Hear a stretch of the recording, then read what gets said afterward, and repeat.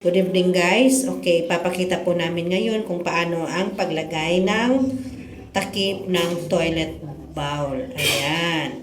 Nandito na po ang mga kagamitan. Nandito na po yung mga panlagay. Okay, assemble na po ni sir.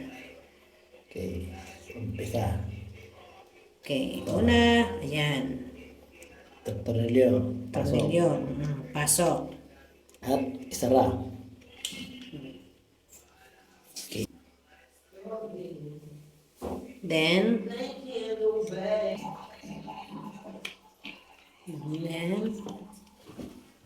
okay, ilalagay saan? Dito sa butas. Okay, Pasok.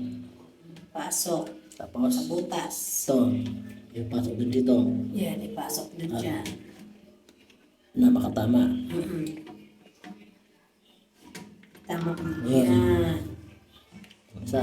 Yes. Pasok din. Pasok mo.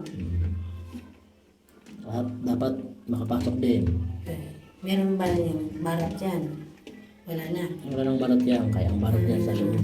Okay. Yan, nakapasok Okay na. na yan. At Then, ito na lang. madali lang pala. Madali Okay, lang. so very easy. Ito na, ipapasok na dito. Yung thread. Ha? Tapos, oo. Ayan, ipapasok na yung thread sa ilalim ng bowl. Busy.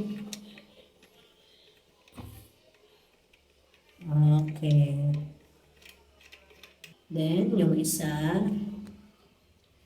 Ayan. Okay.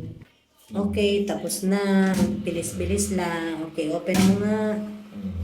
Okay, so tapos nang gawin. Ayan. Thanks for watching. Subscribe po kung nagustuhan nyo.